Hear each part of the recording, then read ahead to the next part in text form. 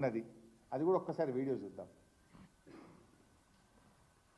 వాళ్ళు బనకచర్ల గోదావరి బనకచర్ల వాళ్ళు కడతామని అడిగితే కదా మేము ఆపమని చెప్పడానికి. ఎజెండాలో వాళ్ళు కడతామన్న ప్రతిపాదననే చర్చకు రానప్పుడు ఆపమనే చర్చనే రాదు. This is agenda. ఈ కాపీ కూడా మీ అందరికి షేర్ చేస్తాం. ఎజెండాలో agenda point submitted by Andhra Pradesh number 1 Godavari Banakacherla link project. ఇంత స్పష్టంగా ఎజెండాలో ఫస్ట్ పాయింటే గోదావరి బనకచెర్ల. ఎంత పచ్చి అబద్ధం రేవంత్ రెడ్డి మాట్లాడిండో మీరు చూసిండ్రు. నెక్స్ట్.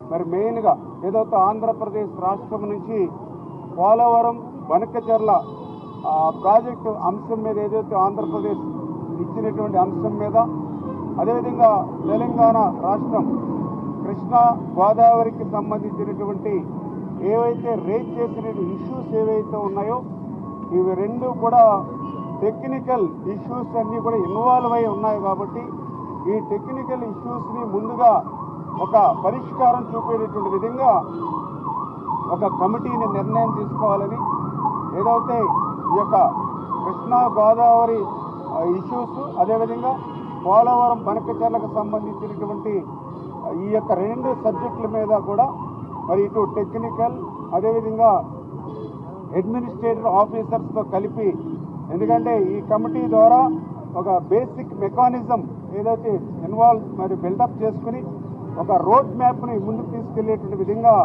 ఈ యొక్క టెక్నికల్ అదేవిధంగా అడ్మినిస్ట్రేటివ్ ఆఫీసర్స్తో కలిపేసేటువంటి కమిటీ కూడా పెద్ద కాలయాపన లేకుండా రేపు మండే లోపుగానే ఈ కమిటీని కూడా ఏర్పాటు చేసుకుని ముందుకెళ్లాలని చెప్పేసి కూడా నిర్ణయం తీసుకోవడం జరిగింది. Thank you.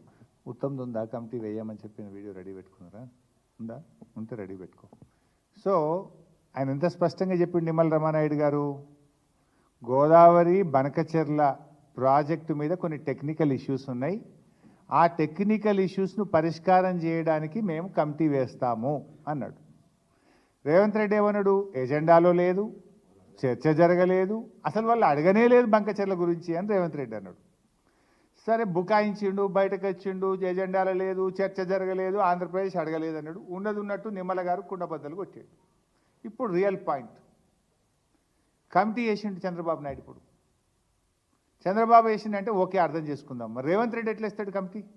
ఇగో ఇది ఆంధ్రప్రదేశ్ గవర్నమెంట్ ఆ రోజు జరిగిన ఎజెండాలో భాగంగా వీళ్ళు కమిటీ వేసి కేంద్ర ప్రభుత్వానికి పేర్లు సూచించిండ్రు. 3 వాళ్ళు 1 2 4 పేర్లతోని ఆంధ్రప్రదేశ్ ప్రభుత్వం గోదావరి బనకచెర్ల ప్రాజెక్టు ముందుకు పోవడానికి 4 పేర్లతో ఇది ఆంధ్రప్రదేశ్ ప్రభుత్వం రాసినటువంటి లెటర్. సరే, ఆంధ్రప్రదేశ్ అంటే వాళ్ళకి నీళ్ళు వస్తాయి కనుక వాళ్ళకు లాభం అయ్యే పని కనుక వాళ్ళు కమిటీ వేసుకుందని అనుకుందాం. చంద్రబాబు నాయుడు గారు 15/12/2025 ఇదే నెలలో 15వ తారీఖు బాబు గారు కమిటీ చేసిండు. వీళ్ళిద్దరు అంతా కూడబదుకునే చేస్తారన్నట్టు. ఆయన 15వ తారీఖు రాస్తే వారంకి కరెక్ట్గా వారంకి 23వ తారీఖు రేవంత్ రెడ్డి రాసిండు. నేను కూడా కమిటీ చేస్తున్నా, మంచిగా నీళ్లు తీసుకుపోండి. ఎవరికి ఈ కమిటీ హెడ్ ఎవరికి ఇచ్చిండు అనుకున్నావు? చంద్రబాబు నాయుడు గారి శిష్యుడు, ఆయన దాసుడు ఆదిత్యనాథ్ దాస్ను చైర్మన్గా పెట్టి రేవంత్ రెడ్డి గారు కమిటీ చేసిండ్రు. అబ్బా, ఏం ప్రేమ, ఏం లవ్ వీళ్ళిద్దరిది.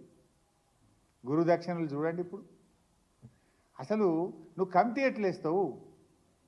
అసలు నువ్వు నీళ్ళు గోదావరి బనకచెర్ల నీళ్లు తీసుకుపోవడానికి నువ్వు కమిటీని ఏ రకంగా ఒప్పుకుంటావు అని నేను అడుగుతా ఉన్నా.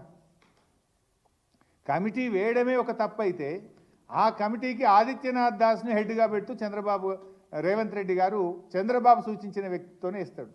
ఈ కమిటీలో 7 నేషన్లు, ఇలా 3 ఆంధ్ర వాసన వాళ్ళే ఉన్నారు. 7లో 3 ప్రత్యక్షంగానో పరోక్షంగానో ఆంధ్రాతో అనుబంధం ఉన్న ఆత్మీయత ఉన్న వాళ్ళే 3 ఉన్నారు. ఇలా హెడ్ ఎవరు అంటే ఆంధ్రప్రదేశ్ చీఫ్ సెక్రటరీగా పనిచేసిన వ్యక్తి, ఆంధ్రప్రదేశ్కు జలవనరుల శాఖ కార్యదర్శిగా అత్యధిక కాలం పనిచేసినటువంటి వ్యక్తిని ఆదిత్యనాథ్ దాస్ను ఈరోజు కమిటీకి హెడ్గా పెడుతూ రేవంత్ రెడ్డి గారు కమిటీ వేసిండ్రు. దేనికోసం కమిటీ? గోదావరి బనకచెర్ల మీద పరిష్కారం కోసం కమిటీ అని చెప్పిండ్రు. ఇన్ఫ్యాక్ట్ మీరు రెండిట్లలో కూడా చూడండి, రెఫరెన్స్ ఇక్కడ రెఫరెన్స్ చూస్తే రెఫరెన్స్ ఏముంటుందంటే ఇది Andhra Pradesh letter. Reference meeting held on 16th July 2025 between honourable union minister of Jal Shakti, CM Telangana, CM Andhra Pradesh. ఇందులో రాహుల్ బొజ్జా మనోడు రాసిన లెటరు. ఇందులో కూడా reference constitution of a committee pursuant to the decisions taken in the meeting held on 16/7/2025 ministry of Jal Shakti. అంటే 16వ తారీఖు మీటింగ్లో తీసుకున్న నిర్ణయం ప్రకారంగా కమిటీ చేస్తున్నాం. 16వ తారీఖు మీటింగ్లో ఏముందో ఎజెండా ఇప్పుడే నేను చూపించిన. ఇది 16వ తారీఖు మీటింగ్ ఎజెండా. ఏముంది ఇలా? గోదావరి బనకచెర్ల. దీని మీద మీటింగ్ అయింది. వీళ్ళు రాసిన లెటర్లో రెఫరెన్స్ కూడా అదే ఉంది, 16వ తారీఖు మీటింగ్ నిర్ణయం ఆధారంగా. ఇప్పుడే మీరు చూసిండ్రు నిమ్మల గారు ఏం చెప్పిండ్రు, 16వ తారీఖు మీటింగ్లో మేము గోదావరి బనకచెర్ల అంశంలో టెక్నికల్ ఇష్యూస్ను పరిష్కారం చేయడానికి కమిటీ వేస్తున్నాము అన్నాడు. అంటే ఇప్పుడు కమిటీ కూడా పడ్డది. అంటే మీటింగు పోను అన్నాడు, మీటింగ్ పోయిండు. సంతకం పెట్ట అన్నాడు, సంతకం పెట్టిండు. మీటింగ్లో ఎజెండాలో లేనే లేదన్నాడు, ఎజెండాలో ఉన్నది. కమిటీ వేయనే అన్నాడు, కమిటీ కూడా వేసేసాడు.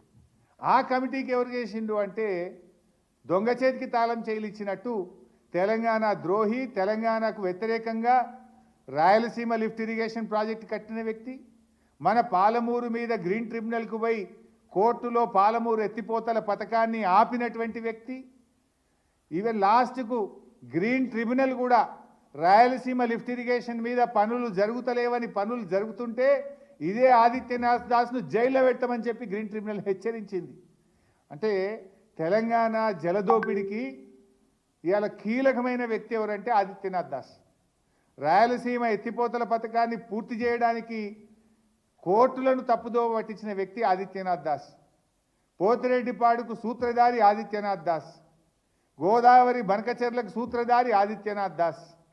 తెలంగాణ ప్రాజెక్టులకు వ్యతిరేకంగా 100కు పైగా లేఖలు రాసి తెలంగాణ ప్రాజెక్టులను అడ్డుకున్నది ఆదిత్యనాథ్ దాస్.